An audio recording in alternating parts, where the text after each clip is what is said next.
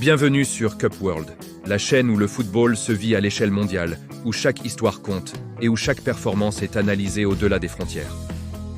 Aujourd'hui, on s'arrête sur une joueuse qui est en train de redéfinir le football féminin moderne.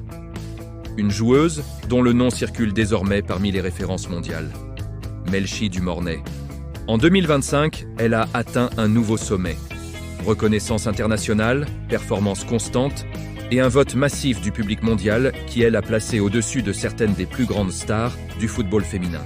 Dans cette vidéo, on va analyser pourquoi Melchi du Mornay est aujourd'hui au sommet, ce que cette reconnaissance signifie pour le football féminin et comment son parcours illustre l'évolution d'un sport devenu véritablement global. Si tu veux comprendre les enjeux, le jeu et l'histoire derrière les performances, tu es au bon endroit. Ici, c'est Cup World. Et ici, le football n'a pas de frontières. Melchi du Mornay est au jour, bien plus que un nom qui circule dans Elle, actualité du football féminin. Elle est devenue un point de bascule, un marqueur temporel, un avant et un après. Quand on parlera dans quelques années de l'évolution du football féminin mondial au milieu des années 2020, son nom apparaîtra comme celui d'une joueuse qui a contribué à redéfinir les hiérarchies, les perceptions et même les récits dominants du sport. Ce que du Mornay représente dépasse largement le cadre des « une saison réussie » ou des « un trophée remporté par vote populaire ». Elle incarne une transformation profonde du football féminin. Une transformation dans laquelle le talent brut, l'authenticité et l'impact émotionnel reprennent une place centrale face aux logiques purement institutionnelles. Pour comprendre pourquoi Melchi du Mornay est aujourd'hui au sommet, il faut d'abord comprendre ce que signifie réellement être au sommet dans le football féminin contemporain. Ce sommet n'est plus seulement constitué de ballons d'or, de Ligue des champions ou de statistiques individuelles. Il est devenu un espace hybride où se croisent performance sportive, influence médiatique, reconnaissance populaire et portée symbolique. Du Mornay excelle dans chacune de ces dimensions, ce qui explique pourquoi son ascension est perçue comme naturelle par une partie croissante du public mondial. Son football, d'abord. Il est instinctif mais maîtrisé, explosif mais réfléchi. Du Mornay joue avec une liberté qui rappelle les grandes joueuses de rue, tout en respectant les exigences tactiques du très haut niveau. Elle n'est pas prisonnière d'un système, elle l'enrichit. Elle ne subit pas le tempo du match, elle le modifie. Dans un football féminin de plus en plus structuré, parfois rigide, elle apporte une forme de créativité organique qui séduit autant les techniciens que les supporters. Mais son jeu ne se résume pas à l'esthétique. Il est efficace, décisif, impactant. Melchi du Mornay est une joueuse qui change le cours des matchs. Elle crée des différences quand le jeu est figé. Elle provoque quand les lignes sont basses. Elle accélère quand le rythme est trop lent. Cette capacité à être une solution permanente est l'un des critères fondamentaux du très haut niveau. C'est ce qui distingue les bonnes joueuses des grandes. Cependant, réduire du Mornay à ses qualités techniques serait une erreur. Ce qui la place réellement au sommet, c'est sa mentalité. Une mentalité forgée dans un contexte où rien n'était acquis. Une mentalité de résistance, de patience et de travail silencieux. Elle n'a pas grandi dans un environnement où les infrastructures, les projecteurs et les certitudes étaient omniprésents. Elle a dû convaincre, prouver, répéter. Cette trajectoire façonne une relation particulière au succès. Chez du Mornay, le succès n'est pas une finalité, c'est une conséquence. Cette mentalité se reflète dans son comportement sur le terrain. Elle ne fuit pas les responsabilités. Elle ne disparaît pas dans les moments décisifs. Au contraire, elle semble s'y nourrir. Plus la pression est forte, plus son jeu devient lisible, précis, engagé. Cette capacité à élever son niveau dans les moments clés est, elle, un des marqueurs universels des joueuses de sommet. L'année 2025 a cristallisé cette réalité, non pas par un exploit isolé, mais par une accumulation de signaux forts. Des performances régulières en club, une présence constante en sélection nationale, et surtout, une reconnaissance massive du public international à travers les 433 Awards. Ce vote, qui a réuni plus de 856 000 participants, n'est pas anodin. Il reflète une perception collective. Il montre que du Mornay n'est plus perçu comme une outsider sympathique, mais comme une référence crédible face aux plus grandes. Battre successivement Mariona Caldente, Aitana Bonmati, Claudia Pina, puis Alexia Putellas en finale, même dans un cadre de vote populaire, a une portée symbolique énorme.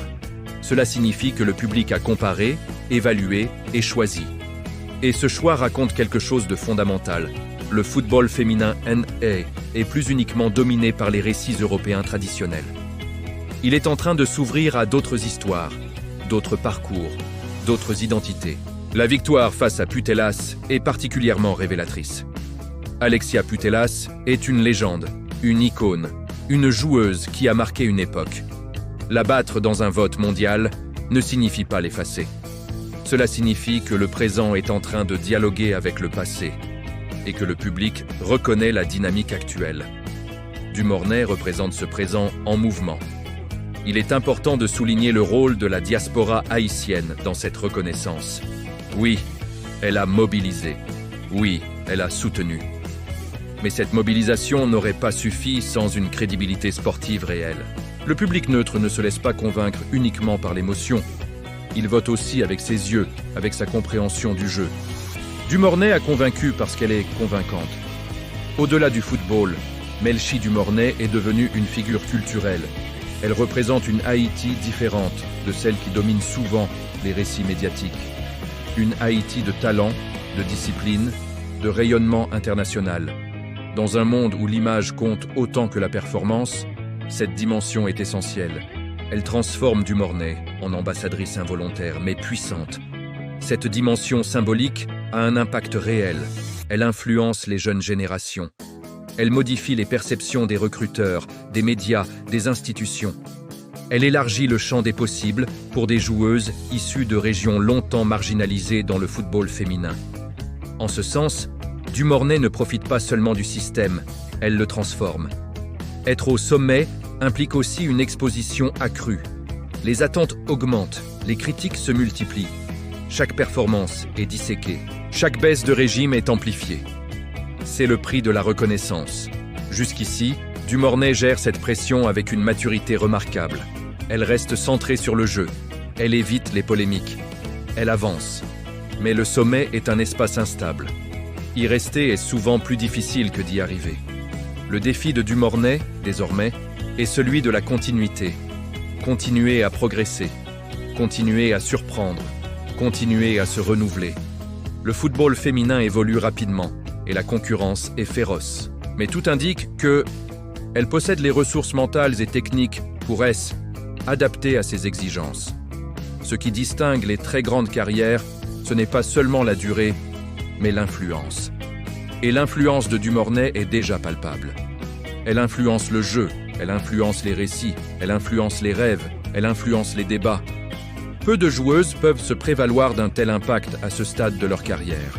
En définitive, Melchi Du Mornay est au sommet du football féminin parce que celle incarne une convergence rare, celle du talent, de la mentalité, de la symbolique et de la reconnaissance populaire. Elle est à la fois une joueuse d'élite et un phénomène culturel. Une compétitrice et une source d'inspiration. Une athlète et un symbole. Le football féminin est à un moment charnière de son histoire. Il se cherche, il se réinvente, il se mondialise. Dans ce contexte, Du Mornay apparaît comme l'un des visages les plus crédibles de son avenir. Pas parce qu'elle est parfaite, mais parce qu'elle est vraie. Pas parce qu'elle est installée, mais parce qu'elle est en mouvement. Dire que Melchi Du Mornay est au sommet aujourd'hui n'est pas une exagération, c'est un constat. Mais ce constat ouvre une autre question, plus vertigineuse encore. Si ceci est le sommet, alors jusqu'où peut aller Melchi Du Mornay ? Et peut-être que la plus grande force de son histoire, c'est précisément cela. Donner le sentiment que le sommet n'est pas une fin, mais un point de départ.